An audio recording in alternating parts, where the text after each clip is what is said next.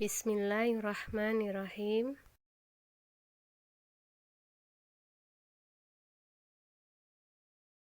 Assalamualaikum warahmatullahi wabarakatuh. Sebelum pembelajaran kita mulai, marilah kita awali dengan doa bersama. Bismillahirrahmanirrahim. Raditu billahi rabba wa bil islami dina wa bi Muhammadin nabiyya wa rasula. Rabbi zidni ilman nafi'a warzuqni fahman wasi'a. Amin. Kita akan membahas tentang hikmah sholat.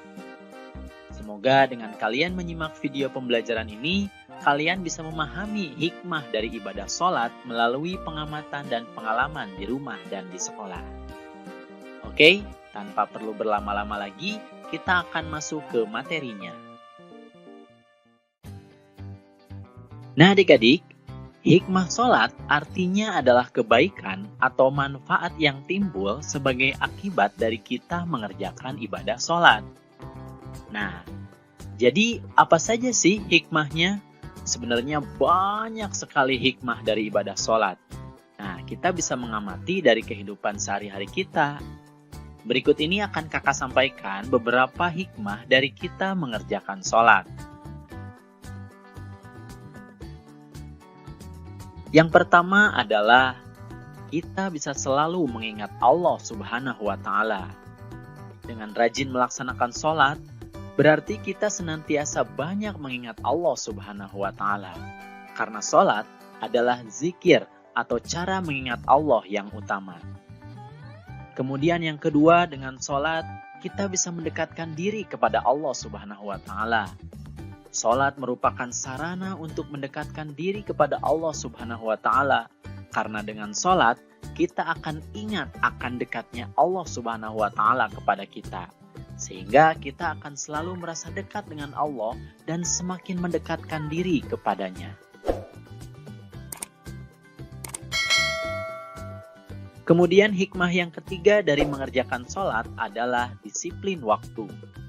Nah, sholat adalah ibadah yang ditentukan waktunya, sehingga orang yang sholat tepat waktu akan selalu menggunakan waktunya dengan baik dalam kehidupan sehari-hari.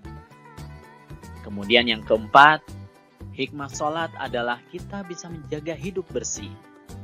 Ingat syarat sah sholat bahwa kita harus bersuci? Nah, sebelum sholat kita harus berwudu terlebih dahulu untuk mensucikan diri. Sehingga orang yang sholat pasti hidupnya akan selalu bersih. Kemudian yang kelima, hikmah sholat adalah hidup tertib dan teratur. Sholat ini memiliki rukun yang tertib urutannya. Dari awal sampai akhir itu harus sesuai dengan urutannya. Nah, sholat ini mengajarkan agar kita hidup tertib dan teratur. Nah, kemudian yang keenam, dengan mengerjakan sholat, insya Allah kita akan bersikap rendah hati. Dengan mengucapkan Allahu Akbar, yang artinya adalah Allah Maha Besar, kita akan memahami bahwa hanya Allah lah yang Maha Besar. Sehingga kita mengakui bahwa setiap orang sama derajatnya.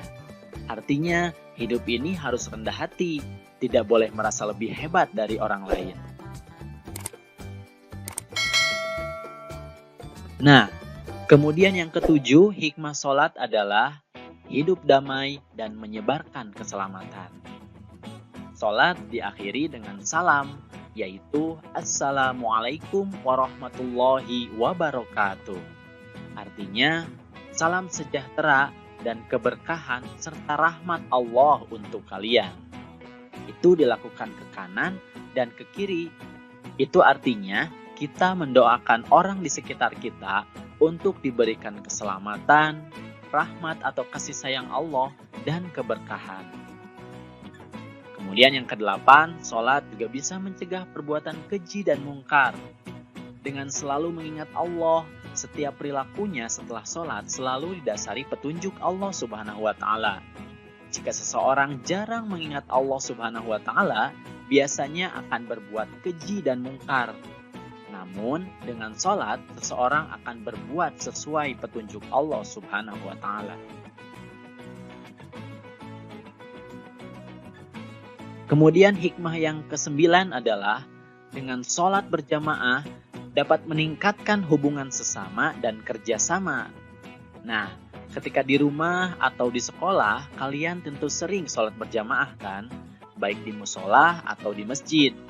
Nah, sholat yang baik adalah sholat yang berjamaah karena pahalanya dilebihkan 27 derajat. Kemudian dengan berjamaah, berarti kita bertemu dengan orang lain. Kemudian setelah sholat, kita bisa saling bersilaturahmi. Nah, jika ada yang kesulitan atau mengalami musibah, kita bisa saling tahu dan bekerja sama untuk membantunya. Nah, itulah adik-adik beberapa hikmah dari mengerjakan sholat. Sebenarnya masih banyak lagi hikmah dari mengerjakan sholat. Kalian bisa mengamati dari pengalaman kehidupan kalian sehari-hari ya. Nah, anak-anak, tugas hari ini yang pertama adalah menyimak video dan memahami materi yang disampaikan. 2. Mengerjakan latihan soal evaluasi yang ada di LKPD atau LKS halaman 50 yang C. Untuk lebih mengasah kemampuan Ananda, soal selebihnya boleh dikerjakan. Hasil tugas difoto dan dikirim via WA ke nomor Bu Puji ya. Selamat mengerjakan, semoga mendapat kemudahan dan keberkahan dalam belajarnya hari ini ya. Wassalamualaikum warahmatullahi wabarakatuh.